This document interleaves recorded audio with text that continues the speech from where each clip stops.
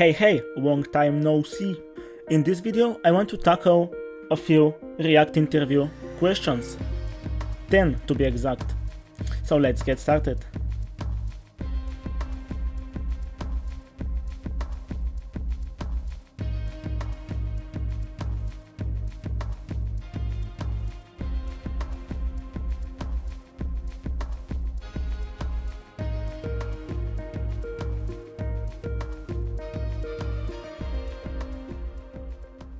What is React?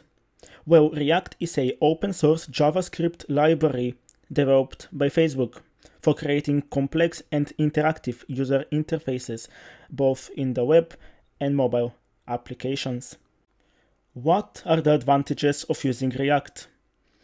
The first advantage is that React renders the view using something called a virtual DOM. And as the term suggests, the virtual DOM is a virtual representation of the real DOM. Each time the data in a React app changes, a new virtual DOM is created.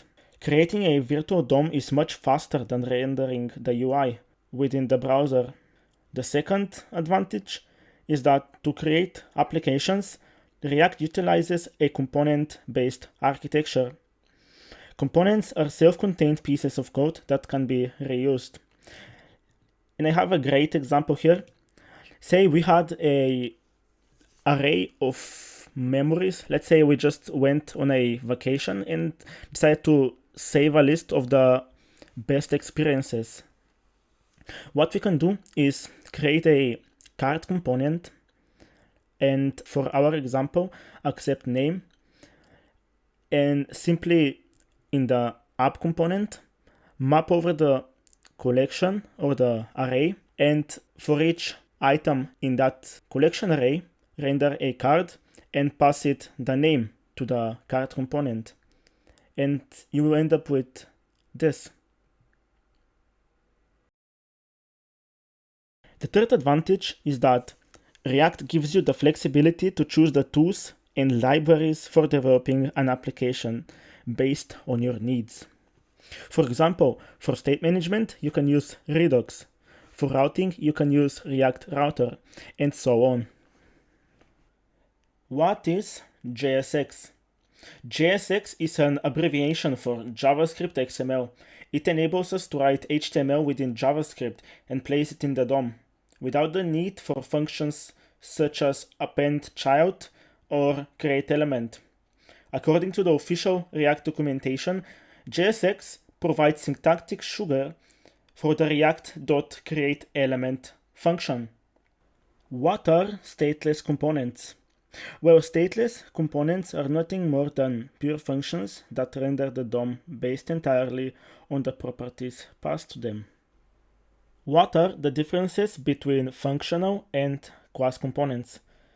Prior to the introduction of React hooks, functional components were referred to as stateless components and followed class components in terms of feature precedence. Functional components are now equivalent to class components due to the introduction of hooks. Despite the fact that functional components are the new trend, the React team decides to keep class components in React. And as a matter of fact, it's essential to understand how these two components differ from each other. Let's compare functional and class components. Functional or stateless components are nothing more than JavaScript functions. They can either be declared using an arrow function or the function keyword, but I prefer to use the arrow function method. Class components are declared using the ES6 class, like you see in this example. What is the difference between state and props? Props and state are both simple JavaScript objects. While they both contain information that affects the output of the render, they differ in their functionality in terms of component.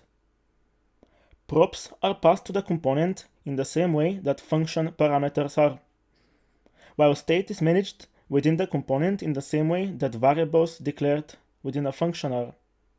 What is this key prop and what are the benefits of using it in arrays of elements? Do you remember the last time when you tried to map over an array of items and display them on the screen? You got this key prop that was required. Well, When creating arrays of elements, you should include a key as a special string attribute. The key prop assists React in determining which items have changed, added, or removed. Most of the time, we use the ID from our data as the key, as you can see in this example. But when you don't have a stable ID, or you don't even have an ID in your array, you can use the item index as a key. When the order of items may change, it is not a good idea to use indexes as keys, because this can have a negative impact on the performance and may cause component state issues. So be careful. What is Flux? Well, Flux is an application design paradigm that's used to replace the more traditional MVC pattern. It is not a framework or a library, but rather a new type of architecture that complements React and the idea of unidirectional data flow.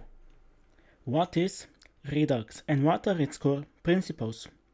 Well, Redux is a Flux-inspired state container for JavaScript applications.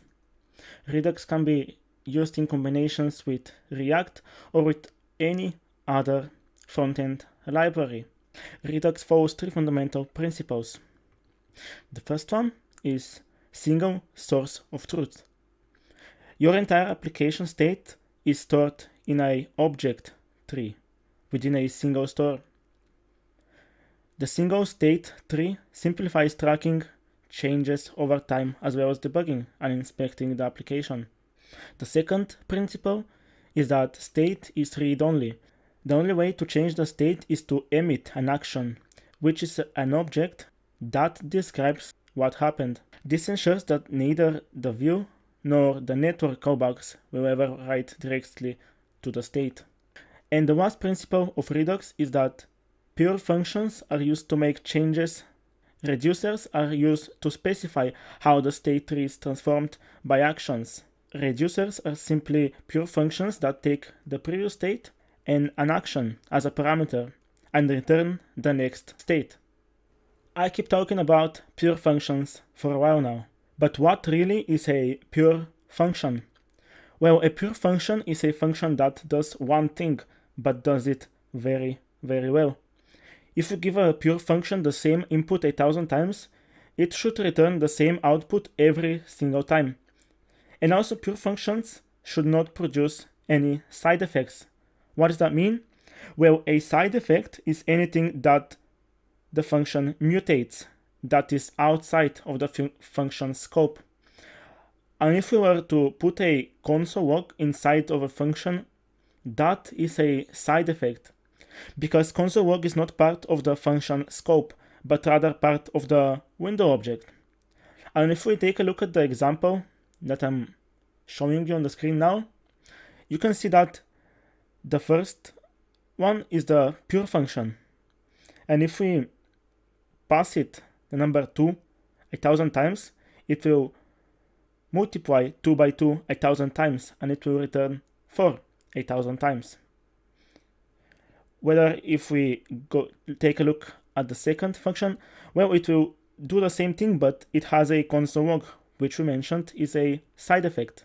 Thank you for watching this video, and I hope to see you in the next one. Bye bye.